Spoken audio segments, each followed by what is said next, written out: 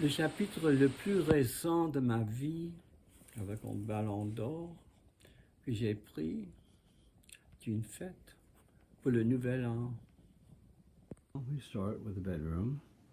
I don't usually take the unacquainted with me back here.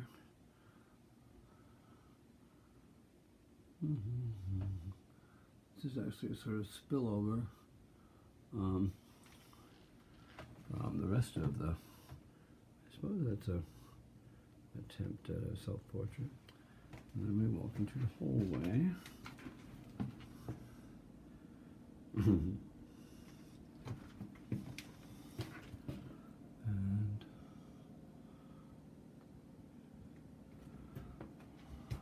it's in the walls and their accoutrements.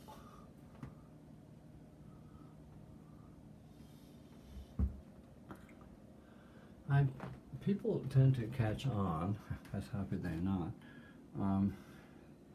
that what I've done in many cases, indeed by this time most cases, is to cobble together drawings I've done throughout the years into new fraternities, we might call them. It's not to say that I don't add drawings to them, like this is a relatively new one. These are kind of new ones.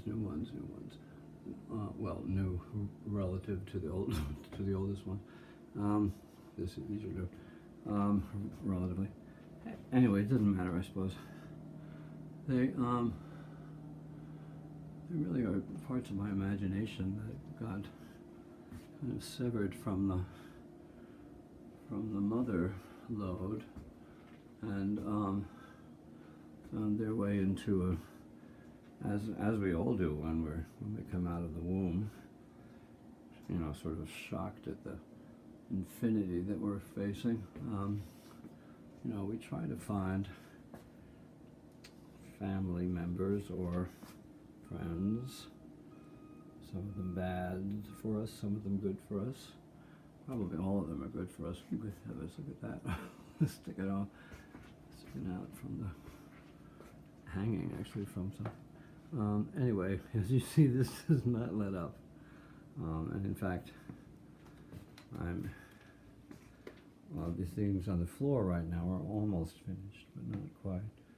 And there's a big yellow balloon on the chair, which comes from New Year's Eve, from some party that was going on in this building. A little building. Oh yes, this kind of, I mean, in a way, they're alarming, and yet they have a kind of, I don't know, a kind of sweet completeness to me. Don't ask me to explain what I mean by that. There's the Jewish library, as I refer to it. Everyone wonders if I'm being anti-Semitic or something. I'm not. This is why would they think that?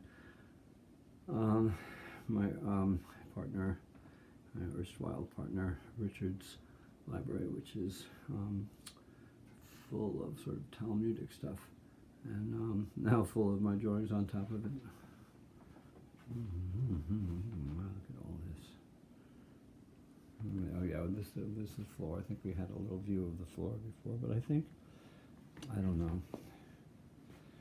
I had a wonderful meeting with George Town, a terrific artist, who identified this quite rightly as outsider art. And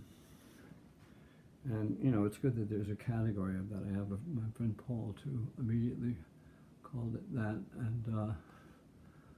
and I think that's great. You know, it gives it a category for somebody to kind of maybe not expect that they're going to get the usual oil painting, the usual, if that's oil, if that's usual, in a frame thing. Look, it just does not let up, does it? And I guess it won't ever let up. It has become such an outpouring from my being that I withdrew from the orchestra I play in, the Broadway Bach Ensemble. And I've been playing with it for good long 37 or so years. And I just realized that I didn't have the energy for that kind of expression, I guess, of what I can do. I don't like groups. I don't like playing in orchestras because of that. Because it's just like it's not where I am now. It's not that there's anything wrong with it, God knows. But I'm a solo, not solo on the violin exactly, but I've got it turned into my, as I near the further depths of my 70s. I'll be 72 in May. I realize I'm a solo act. Although I confound myself with all of these, how many dozens or even hundreds of companions do I now have here? A lot more than were in the orchestra. I love that orchestra, and I love playing it when I could love playing in it. But you look at your life sometimes, and it says, enough of that. Do this instead. I suppose that's what I'm doing. Anyway, here's the solo act. Still in the middle of this thing. It's also about getting older, I guess. I mean, I've had and have lovers and friends and people who mean a lot to me. And I've long ago kind of, shifted from the notion of a couple or a family or that kind of thing. That's not what I want. It's not what makes sense to me now. But what do you do in New York? What do you do in New York when your life becomes sort of? It's not that it has less people in it. I have as many people now, I guess, as I ever have. But as I go on, that's what we get to do. That's what gets us. That's my many selves. I think I'm just talking about myself. That's what gets my many selves into trouble, is by imagining that I can imagine anything in the future, instead of just glorifying this amazing moment in my life that I keep sharing like this, because it's pretty kick-ass to me. I don't know. That's as much as I know how to say at the moment. Gary Holborn, who's Hilborn, a good friend of mine, who's been doing a movie on what I do on my life. It'll be coming over tomorrow, possibly to finish it then, I'm not sure. I mean, imagine anyone wanting to do that.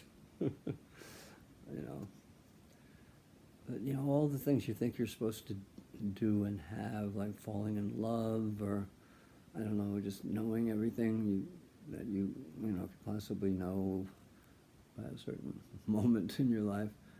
All of that is so, it's so much more strange and mysterious, and actually more beautiful than the cliches that we make of it. We make of them. I'm thinking, hoping. Anyway, it's my sign off.